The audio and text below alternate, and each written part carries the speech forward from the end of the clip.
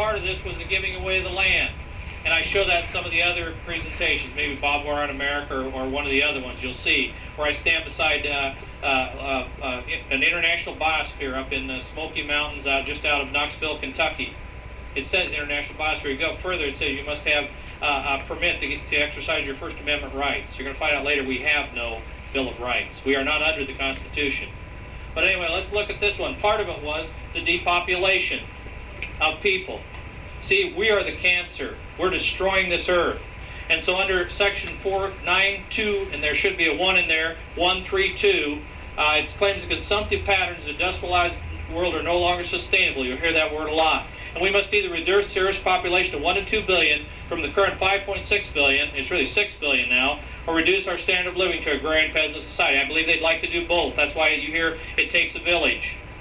They're going back to the village life, but they're also going to reduce 3.5 to 4.5 billion people on the face of the earth.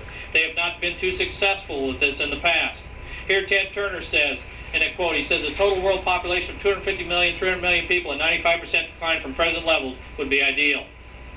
Prince Charles, husband to Queen Elizabeth, says, if I were reincarnated, I'd wish to be returned to Earth as a killer virus to lower human population levels. See, they believe in reincarnation. That's where you get also purgatory. That's where you get to the point where you reach your karma. So you can't reach it here. You can't have the righteousness of Jesus Christ by simple childlike faith. And that's what I have. That's what you better have. Because that's the only way you're going to get to heaven. It isn't through a purification process. This body has to die. Everybody has a death sentence. And these people are going to hurry it along if they get their way. Because they want to do this in short order.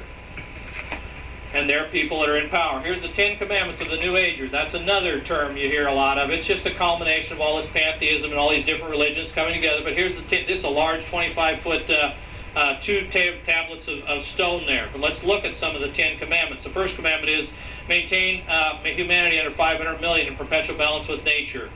That's one of their objectives. Number 2, guide reproductivity wisely with fitness and diversity.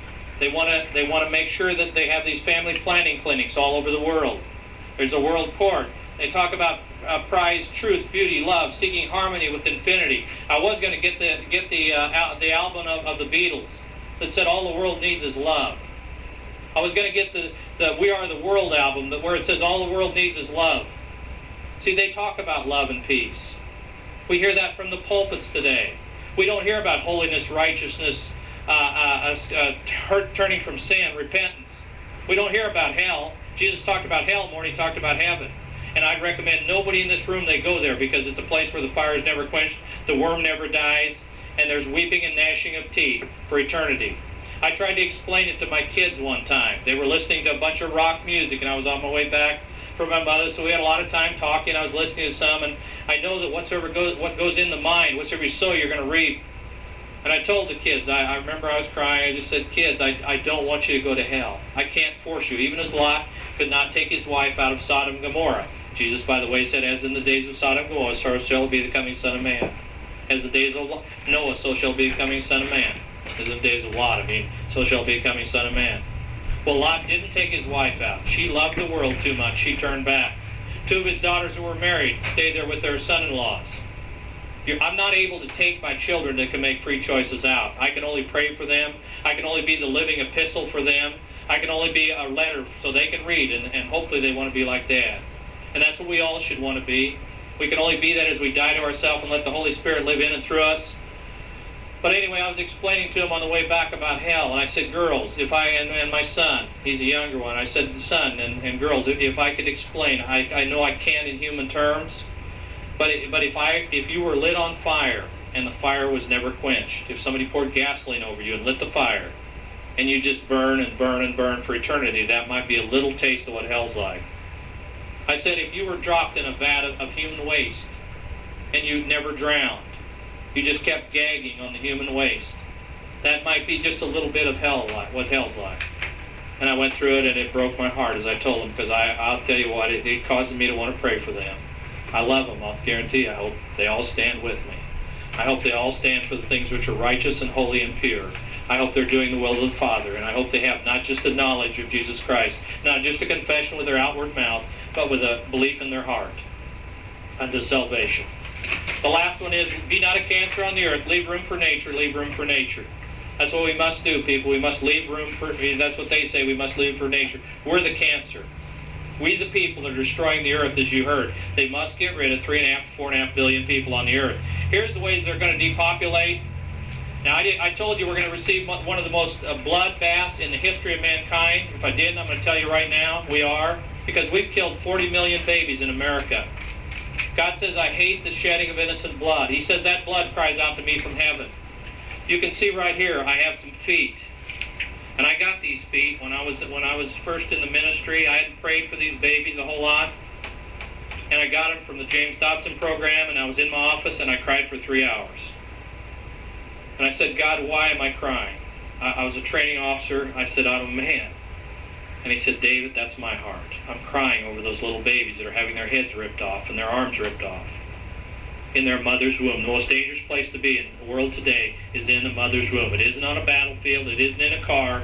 It isn't in an airplane. It's in the mother's womb. 1.5 million in this country. Oh, by the way, we send out money for family planning for 50 million more murders every year throughout the world. That's American dollars.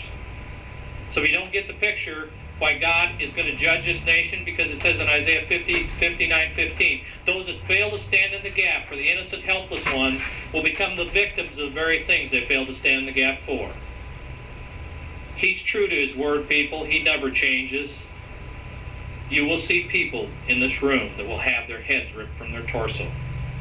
You will see people in this room that will have their bodies totally torn apart, their organs. Some of these 9-month-old babies, they have their organs taken out and given to a more politically correct person. That's what this nation's ready for because of our turning from God. God's a gentleman. We've turned to many other gods. We have idolatry every place. Family planning, wars, they haven't been too effective, but we do have some biological and chemicals coming. That's famines and plagues. We do have weapons of mass destruction that we haven't used yet that make that one in Hiroshima and Nagasaki look like a firecracker. And I believe that some of these madmen will use them very soon.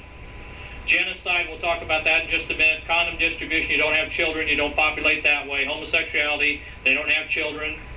That's why they're promoting it. That's why they're moving that way, that if men were to live with men, then they wouldn't have an increase in population.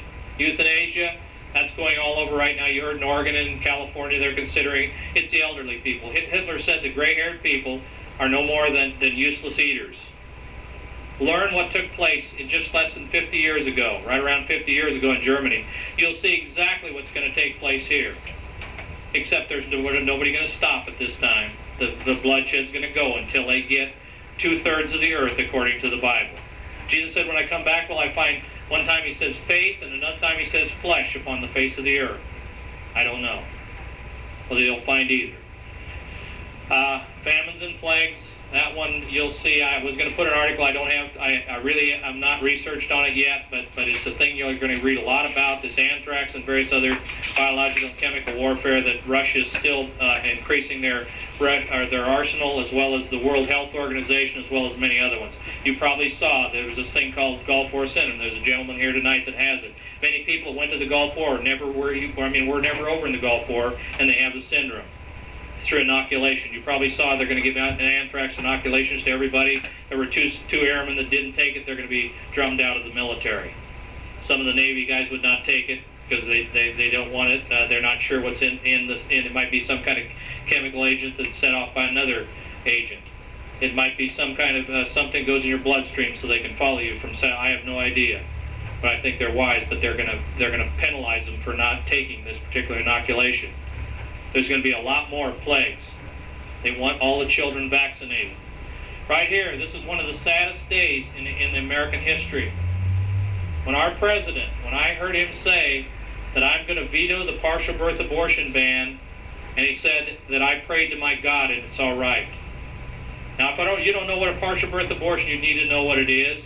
They take the baby, except for 3 inches of its head, and it's still in the birth canal. 3 inches, and they can get at the back of the head. They've taken by its feet first, because if it comes out of the birth canal, they have to starve it to death.